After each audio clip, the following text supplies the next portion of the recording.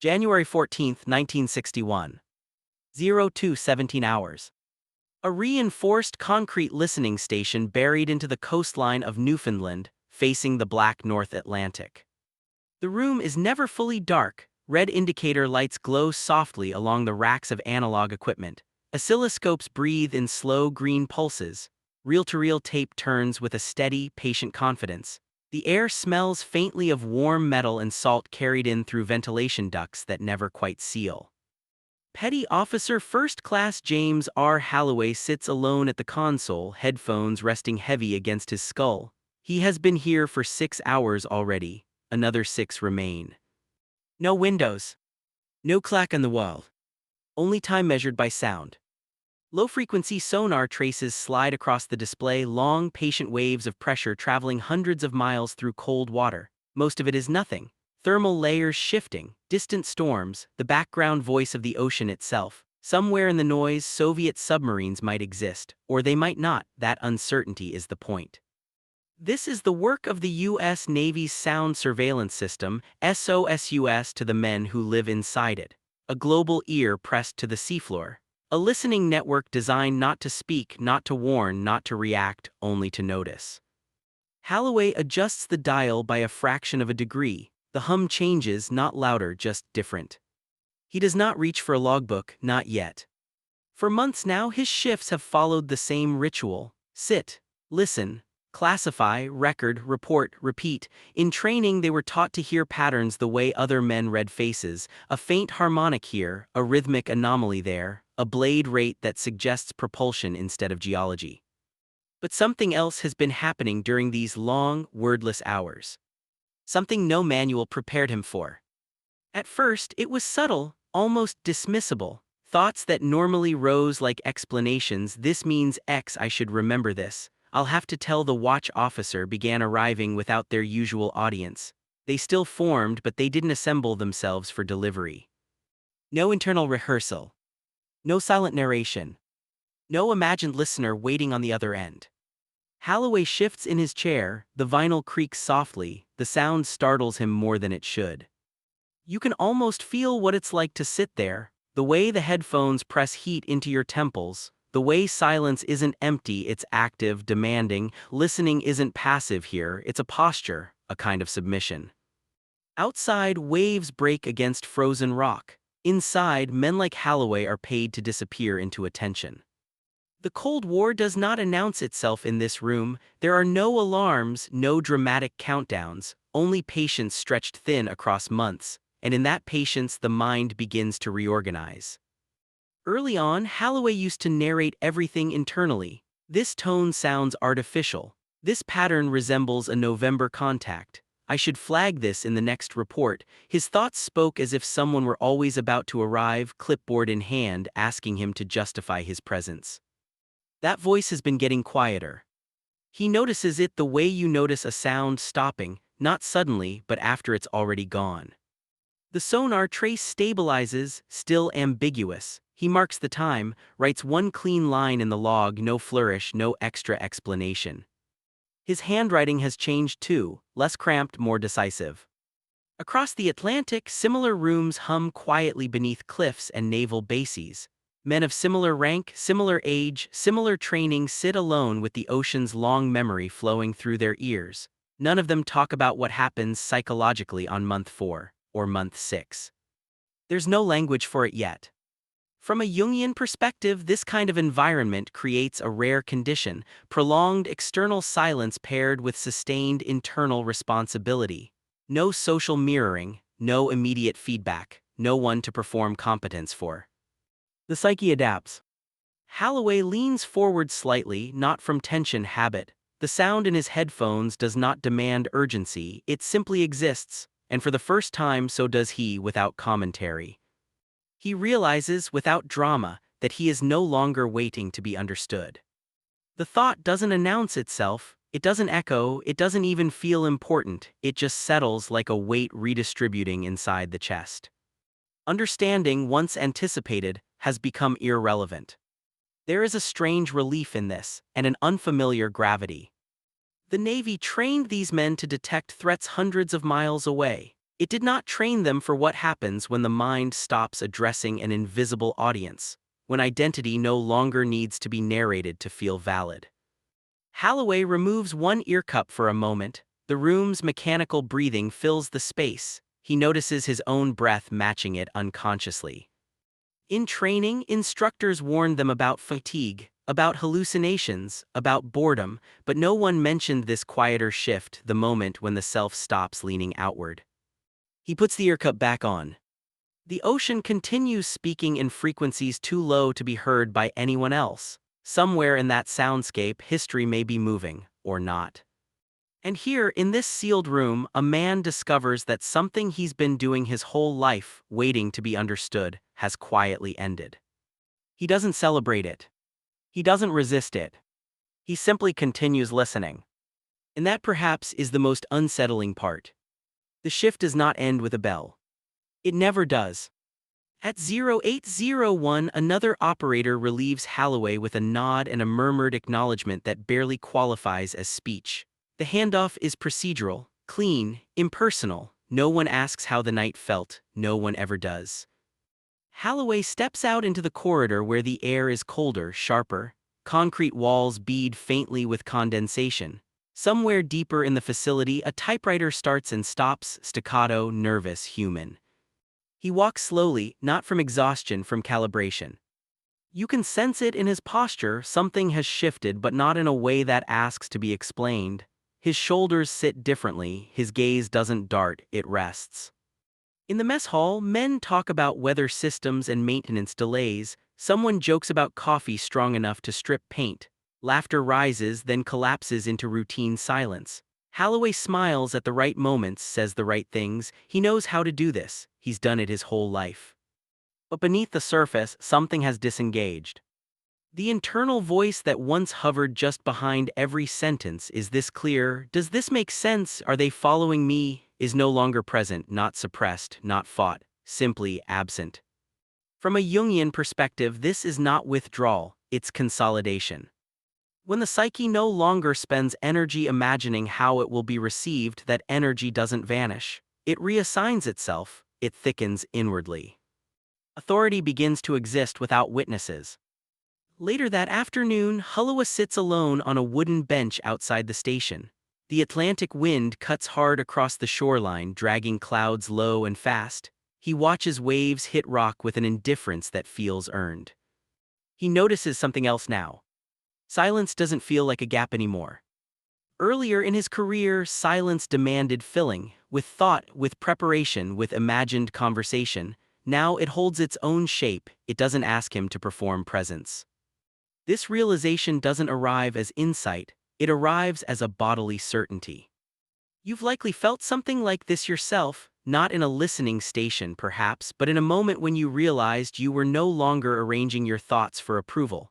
When an argument ended before it began.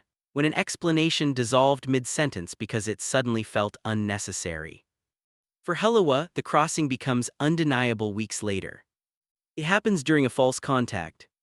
A harmonic pattern appears on the scope, clean, mechanical, suspiciously regular. Younger operators would tense, hearts would spike, reports would rush up the chain, but Holloway doesn't react immediately. He listens. Not just to the sound, but to his own response to it.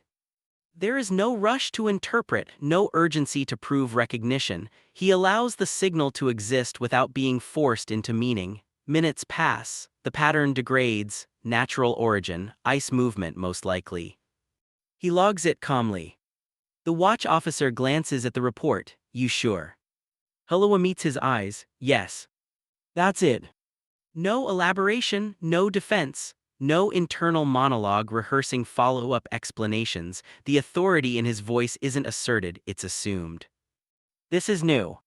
The Navy rewards decisiveness, but what's happening here isn't confidence. It's something quieter. Confidence still wants to be seen, this doesn't. Inside the listening rooms across the North Atlantic, other men experience parallel shifts. Not at the same time, not in the same way, but with the same unmistakable quality. Thoughts stop speaking to someone. They begin existing as something. Jungian psychology suggests that much of early adulthood is spent constructing an inner audience: parents, peers, rivals, imagined judges. Identity forms in response to being perceived. But in rare conditions, prolonged solitude without abandonment, responsibility without applause, that audience fades.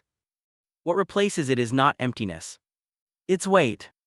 Hulloa feels it late one night as he lies in his bunk, listening to the wind batter the structure.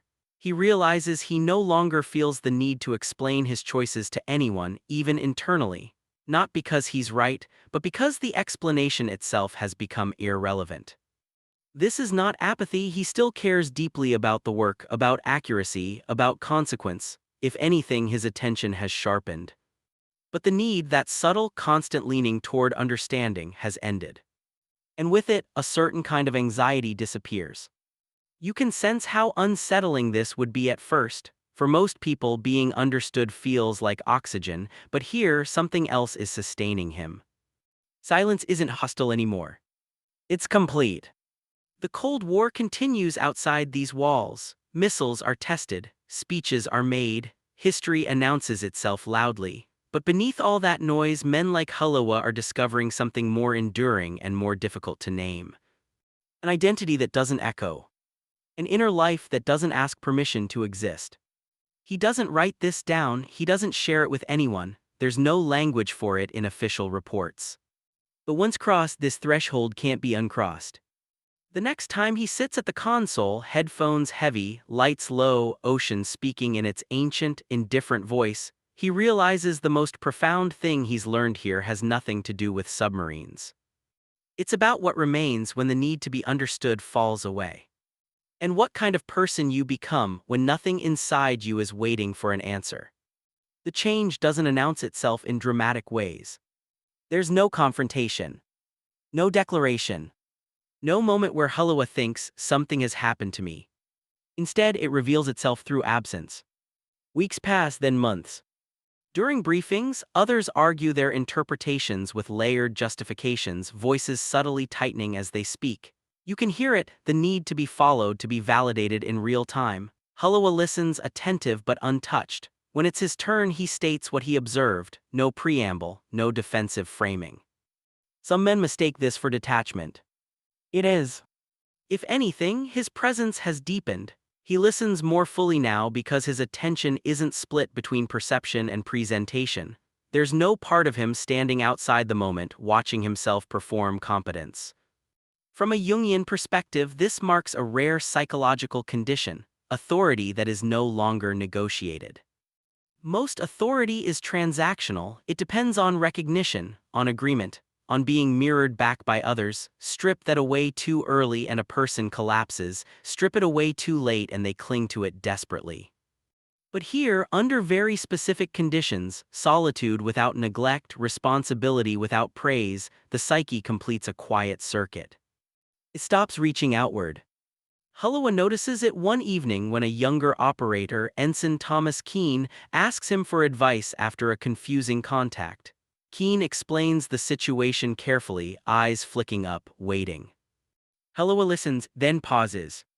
The silence stretches longer than Keene expects. Not because Hulloa is uncertain, but because he's not rushing to deliver certainty. You already know what it was, Hulloa finally says. Keene blinks, I think so. Then log it that way. That's all. No reassurance, no warning, no reminder of rank. Keene nods slowly, unsettled but steadier. Later, he'll realize that something was transferred in that moment, not information but permission to trust his own perception. Hulloa didn't need to be understood to guide him. He didn't even need to be acknowledged. This is how authority begins to operate when it's no longer compensating for doubt. Outside the station, the world is loud with meaning. Newspapers arrive weeks late, headlines already decaying. Political speeches sound theatrical now, oddly thin.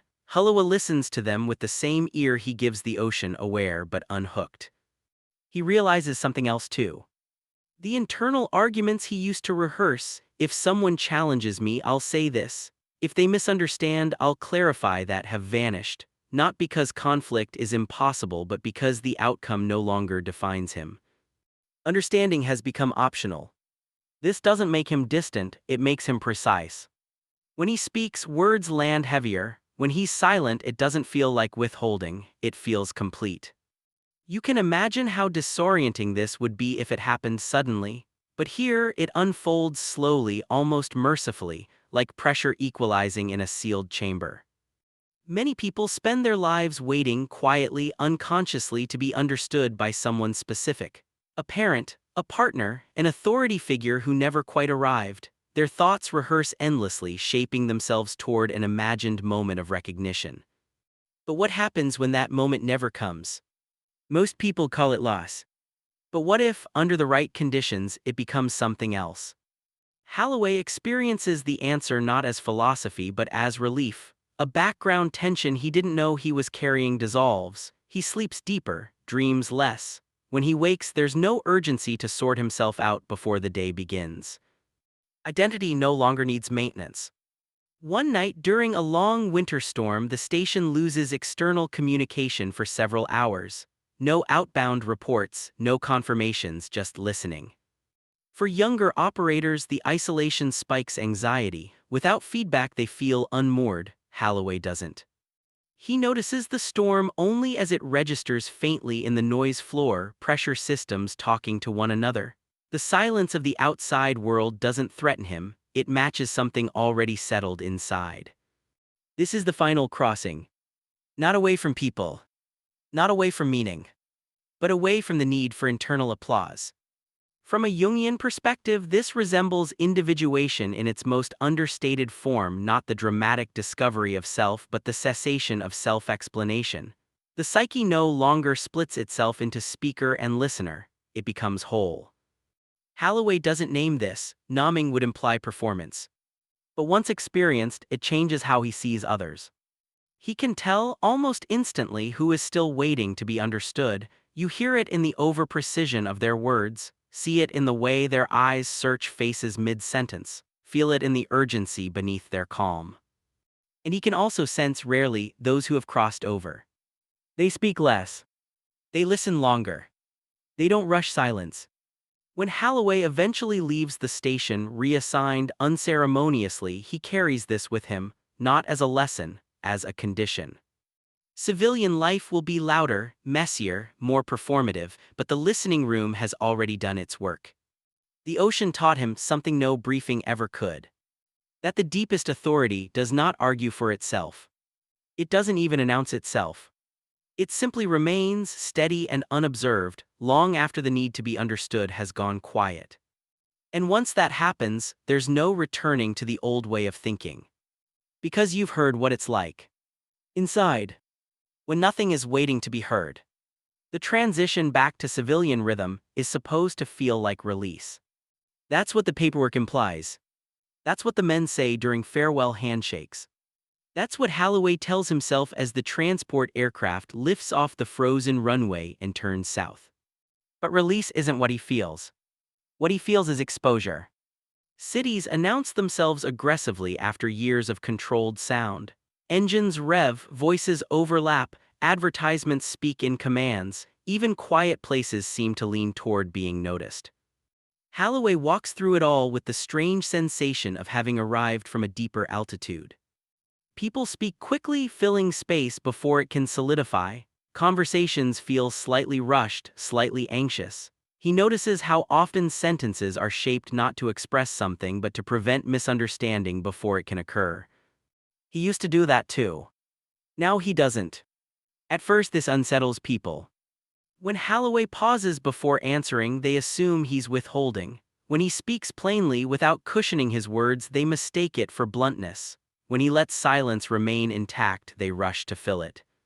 He doesn't correct them. There's no impulse to manage their experience of him. From a Jungian perspective, this is the cost of crossing that internal threshold. Once the psyche stops orienting itself around being perceived, it becomes incompatible with environments built on constant mutual validation. But Holloway doesn't experience this as alienation. He experiences it as clarity. He notices how much energy others spend narrating themselves, explaining their reactions, justifying their moods, rehearsing what they meant to say. It's not vanity, it's survival. Most people learned early that to exist safely they must be legible. Holloway no longer needs to be legible. And that is both a gift and a responsibility. One evening, months later, he sits alone in a quiet diner. Neon hums softly, a waitress pours coffee without asking. Outside, rain streaks the glass. For the first time, he becomes fully aware of something the listening station initiated but never named. He is not lonely. And he is not alone. There is a difference. Loneliness reaches outward. Aloneness settles inward. This version of silence does ache, it doesn't wait, it doesn't ask for response, it simply is, and inside it he feels whole in a way he never did while rehearsing himself for others. You may recognize this moment not as a dramatic realization but as a quiet noticing. The day you stopped replaying conversations after they ended. The moment when explaining yourself felt unnecessary rather than tempting. It can feel disorienting at first, almost wrong. We're taught that to stop seeking understanding is to give up on connection, but Holloway discovers the opposite. Without the pressure to be understood, his attention becomes cleaner. He listens without agenda, he responds without defense. When connection happens, it's unforced, and when it doesn't, nothing inside him collapses. Silence has stopped asking. This is where the story becomes difficult to tell because it doesn't end in triumph. There's no resolution that ties itself neatly into meaning. There's just a man who has learned something irreversible. That identity doesn't need witnesses. That depth doesn't announce itself. That some forms of maturity arrive quietly and stay that way. Years later, Holloway will struggle to explain why certain environments feel unbearable to him, why endless discussion exhausts him, why he avoids places where everyone seems to be auditioning for recognition. He won't frame it as superiority. He'll frame it as sensitivity. Once you've known what it's like to exist without internal narration, noise feels heavier. And once you've felt authority that doesn't require approval, performance feels strangely fragile. The listening room is long gone now, equipment upgraded, stations modernized, men rotated through with new training manuals and new language for fatigue. But that crossing, the moment when a person stops waiting to be understood, still happens. Rarely. Quietly. Without witnesses. And when it does, it doesn't announce itself as growth. It feels more like an ending. Not of connection, but of a long, invisible rehearsal. And once that rehearsal ends, life doesn't get louder. It gets deeper. Years pass without ceremony. Holloway's life unfolds in ways that look ordinary from the outside: work, short conversations, long stretches of quiet competence.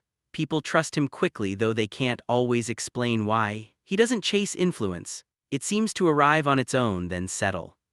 He never speaks about the listening station unless asked. Even then, his answers are spare, accurate, unembellished. There's no nostalgia in them. What mattered there wasn't the Cold War or the submarines or the equipment. What mattered couldn't be archived. From a Jungian perspective, what remains after such an experience is not insight but integration. The psyche no longer splits itself into the one who feels and the one who explains the feeling. That division, so useful early in life, quietly dissolves. What's left is presence without commentary. Holloway experiences this most clearly in moments that once would have provoked internal narration. Disagreement no longer triggers defense. Praise no longer demands reinforcement. Misunderstanding no longer creates urgency.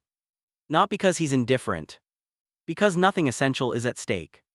You might expect this to make life smaller. Instead, it makes it heavier in a good way, more grounded, less diffuse. Moments carry their own weight without being inflated by explanation. He notices how often people speak in order to secure their existence in the room, how frequently silence is treated as danger rather than space. He doesn't try to teach them otherwise. This isn't a lesson that transfers cleanly. It has to be lived into. The paradox is that once you stop waiting to be understood, you often become easier to understand. Words come from a settled place. Silences aren't defensive. Others sense the lack of demand and relax in its presence. But even this isn't the point. The point is what happens internally. The mind stops packing. Thoughts arise, then pass without arranging themselves for delivery. There is no internal audience applauding or questioning their validity. They exist, complete in themselves. This is not emptiness. It's containment. Halawa realizes one quiet evening that he can sit for long stretches without reaching for distraction. Not because he's disciplined, but because there's nothing trying to escape. The need to be seen has already had its say. For most people, this shift arrives late, if at all, sometimes through loss, sometimes through solitude forced rather than chosen, sometimes through a moment so quiet it's mistaken for nothing. But once it happens, it redefines maturity. Maturity isn't composure. It isn't detachment. It isn't knowing what to say. It's knowing that you don't have to. The listening station taught Halawa how to hear without reacting. Life taught him how to exist without narrating. Together, they formed a kind of inner stillness that doesn't resist noise, but isn't shaped by it either. This is what remains when the long rehearsal ends. A self that doesn't lean forward. A presence that doesn't ask. A silence that isn't empty because it no longer expects reply. And if you're listening closely as this story unfolds, you may notice something happening in you as well. A slight easing. A pause between thoughts. A recognition that some part of you has been waiting to be understood and is now wondering what would happen if it stopped. That question doesn't need an answer right away. In fact, it may not need one at all. Because the moment you realize you're no longer waiting, something inside you has already crossed over.